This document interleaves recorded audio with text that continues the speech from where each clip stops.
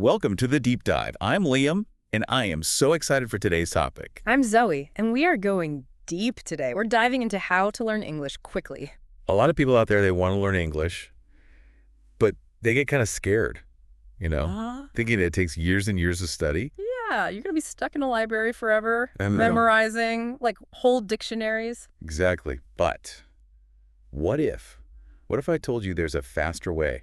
Ooh. A way to learn English well enough to have real conversations in just 20 hours. All right, now you've got my attention. We're looking at a TEDx talk by Josh Kaufman. It's all about this. 20 hours? That can't be possible. Now, I know what you're thinking. 20 hours, that's impossible. Yeah.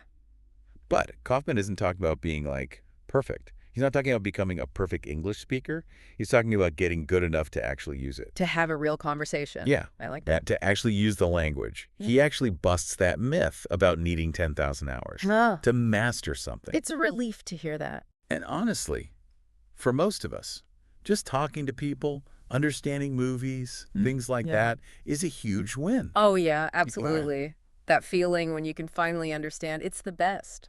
It's about reaching a level where you're confident and comfortable using English. Comfortable, confident. Yeah, that's the key. So how does this 20-hour magic work? I want to know. Kaufman breaks it down into 4 steps. Yeah. Okay. The first one is kind of like, imagine you're building with Legos. Okay, I like where this is going. You wouldn't just dump the whole box out at once, right? No way, that's chaos. Right. You got to sort those bricks. You'd start by sorting the pieces. It's the same with English. Kaufman calls this deconstructing the skill. Deconstructing the skill. So instead of trying to learn everything Yeah. about English grammar, you focus on the most important parts first, like basic phrases and greetings. The essentials. Right. You know, if you're traveling, you don't need Shakespeare. You need, hello, thank you, where's the bathroom? That's so true. I remember when I was in Italy, just knowing a few basic phrases, but a huge difference. It's like unlocking the door to actually using the language. It opens up a whole new world. Yeah. And that leads us to Kaufman's second step, which is learning just enough so you can start correcting your own mistakes. I was always scared of making mistakes in English, but Kaufman says that's actually how you learn. He does. That's interesting. Yeah. I always thought you had to avoid mistakes at all costs. You have to allow yourself to make those mistakes so you can learn from them. Makes sense. But how do you even know if you're making mistakes? Right. This is where those trusted resources come in. Trusted resources. What are those? This could be an app like Duolingo, a simple grammar book, even a good YouTube channel with English lessons. Ah, so you need a guide, something to help you along the way. The point is to have something that guides you, that helps you figure out what you're doing right and what you're doing wrong. So you don't just keep practicing bad habits. So you don't keep making the same mistakes. Yeah. And it doesn't have to be fancy. Yeah. Or expensive. The most important thing is to find something that you enjoy using, and that fits your learning style. Something that works for you. Okay. So we've got the building blocks sorted, Yeah. and we've got a guide to help us. What's next? What's next? I'm on the edge of my seat. This is where it gets real, especially for those of us who are super busy. Kaufman's third step is all about removing barriers. Removing barriers to practice. Ooh. This one hits close to home. Between work and family and, life. Finding time to study can feel impossible. Oh, tell me about it. Right. I feel that. But Kaufman says even small changes can make a big difference. Like, what's the first thing you do in the morning? Do you check your phone? Guilty as charged. Right. Yeah. What if instead of scrolling through social media, you spent 5 minutes of reviewing some English flashcards or listening to a short English podcast while you're getting ready? I like the sound of that. Right. Like sneaking in a workout while you're brushing your teeth. Exactly. Small changes, big results. And that brings us to the heart of Kaufman's method, the 20 hours of practice. This is where the magic happens, right? Yeah. But it's not about cramming all 20 hours into one weekend. It's about consistency. Absolutely. It's about making it a habit. Right. Even 15 minutes a day adds up. Remember, we're not aiming for perfection. We're aiming for progress. And the more you practice, the faster you'll progress. Okay. I'm starting to see how this could actually work. But what about that feeling of being totally lost when you're starting something new? Yeah, that feeling of what am I even doing? Right. Kaufman talks about this too. He calls it the frustration barrier. He even tells a story about learning to play the ukulele. He was terrible at first, Yeah. kept practicing. And by his 20th hour, He could actually play a few songs. Oh, wow. It just proves that pushing through that initial awkwardness is key. It's like anything new, right? The first time you try to ride a bike, you're probably going to fall. But you get back up and keep trying. And eventually, it clicks. Exact. And the same goes for learning English. Those first few hours might feel bumpy, but if you stick with it, you'll be amazed by how quickly you start making progress. Okay, so let's get practical here. We talked about deconstructing the skill. What does that actually look like for someone learning English? Well, think about the situations where you'd use English the most. Ordering food, asking for directions, introducing yourself. Master those little scripts first. That makes sense. It's like having a cheat sheet for real-life conversations. Exactly. And as you get more comfortable, you can start adding more complex phrases and grammar. So daintily tackled the first two steps, breaking things down, and learning enough to self-correct. But how do we actually make time for practicing when life gets crazy busy? That's where Kaufman's third step comes in, removing those barriers. It's all about being honest with yourself, about your distractions. Do you spend hours scrolling on your phone, watching too much TV? Ooh, that's me. I can get sucked into a good show for hours. We've all been there. But what if, instead of watching another episode, you use that time to practice English? Even just 15 minutes makes a difference. I guess I could try watching a show in English instead.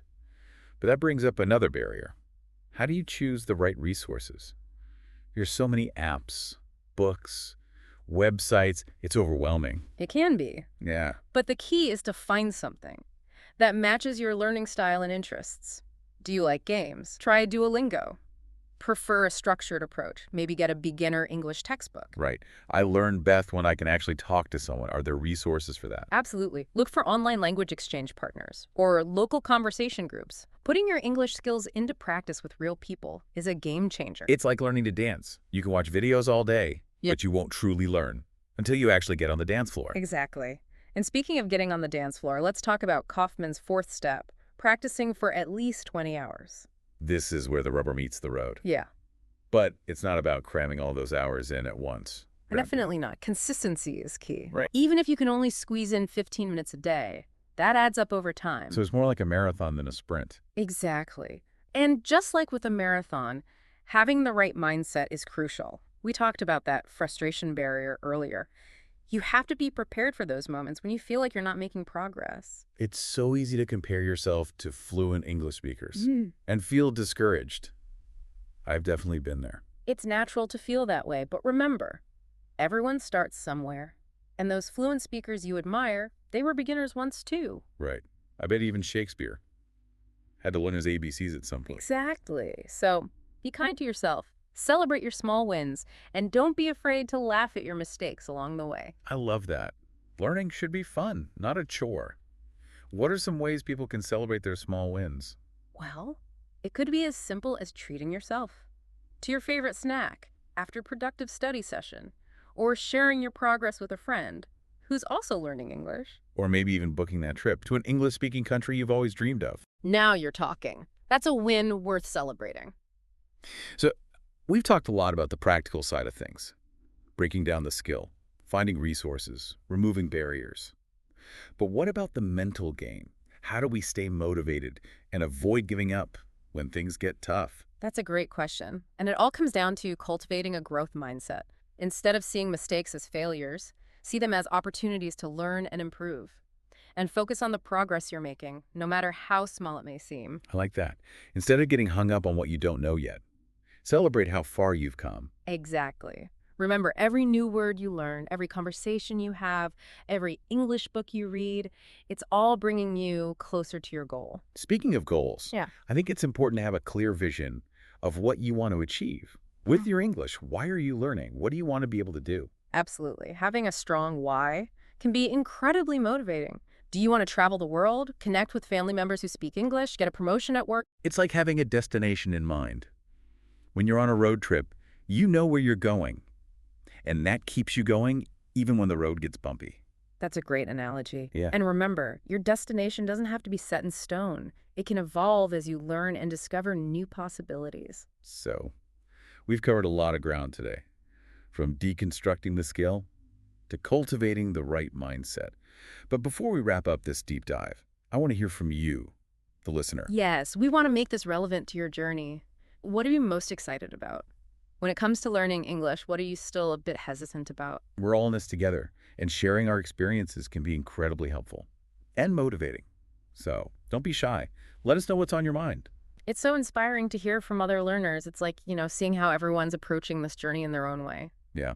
And it's a good reminder that we're all in this together. Exactly. We're all in this language learning adventure together. And speaking of journeys, I think it's cool to think about where this 20-hour thing can lead. It's like a quick start. Yeah, where do you go from there? Right. Like the first 20 hours is just the launch pad. It's just the beginning. Yeah. Once you've got those basic conversations down, maybe you want to dive deeper into grammar. Oh, yeah. Right. Or start reading English books and articles. Or watching movies without subtitles. Ooh, that's a good one. Right. The possibilities are endless. Once you've got that solid foundation. And remember Kaufman's ukulele story? He didn't stop at 20 hours. Oh, yeah, he kept going. He kept playing. Yeah. And got better and better. Yeah. Because he was having fun. Exactly. That's such an important point. Finding ways to make English a part of your life, not just something you study. That's what makes it stick. So true. Maybe it's joining an English book club. Volunteering somewhere you can use your English. Yeah. Or even just changing your phone settings to English. I love that. Yeah. It's about finding those little ways to immerse yourself in the language. It's like when you're learning to cook. You start with simple recipes, and then as you get more confident, you start experimenting and trying new things. Yeah. And the more you experiment with English, the more fluent and comfortable you'll become. So, as we wrap up this deep dive, let's leave our listeners with a little challenge. Sounds good. Think about one small action you can take today to jumpstart your English learning. Yeah, one small step. Maybe it's downloading Duolingo or finding a language partner online. Maybe it's just watching a 5-minute English lesson on YouTube. Oh, that's a good one. Or even just writing down 5 English words you want to learn. Whatever gets you started. The most important thing is to take that first step. Just start somewhere. Because remember, you don't have to be perfect. You just have to start. We're here to cheer you on every step of the way. Don't forget to share your experiences with us on social media. Yeah, we love hearing from you. And on that note, we'll catch you next week on another episode of The Deep Dive. Until then, happy learning, everyone. Happy learning. So much fun talking about this today. I know, right? I feel like I've learned so much. It's like, I knew about this stuff, but it's so easy to overcomplicate things. Yeah, we get stuck in our heads sometimes. We do. We forget that learning a language can actually be fun. That's what I loved about Kaufman's approach. It's like, it's practical. And it's encouraging. Yeah. He makes it seem so achievable. Right, 20 hours. It's not a lifetime. It's not this huge, overwhelming thing. And even if you're busy, you can find those little pockets of time to make progress. Totally. It's about making it a part of your routine. And you know what? Even if you don't hit that 20-hour mark exactly, just the act of starting. Yeah. And making that commitment to yourself. That's huge. Yeah. It's a big step. It changes your mindset. It does. From, I can't do this, to, I'm doing this. And that's half the battle right there. So to everyone listening, if you're feeling inspired, take that first step today. What's one small thing you can do right now? Download an app. Find a language partner. Watch a YouTube video. Just do something. Anything to get the ball rolling. And remember, we're here to support you on your journey. We're all in this together. Don't be afraid to reach out. Share your progress. Ask questions. We love hearing from you. We really do. So until next time, keep learning, keep practicing, and most importantly, have fun with it. Happy learning, everyone. Happy learning.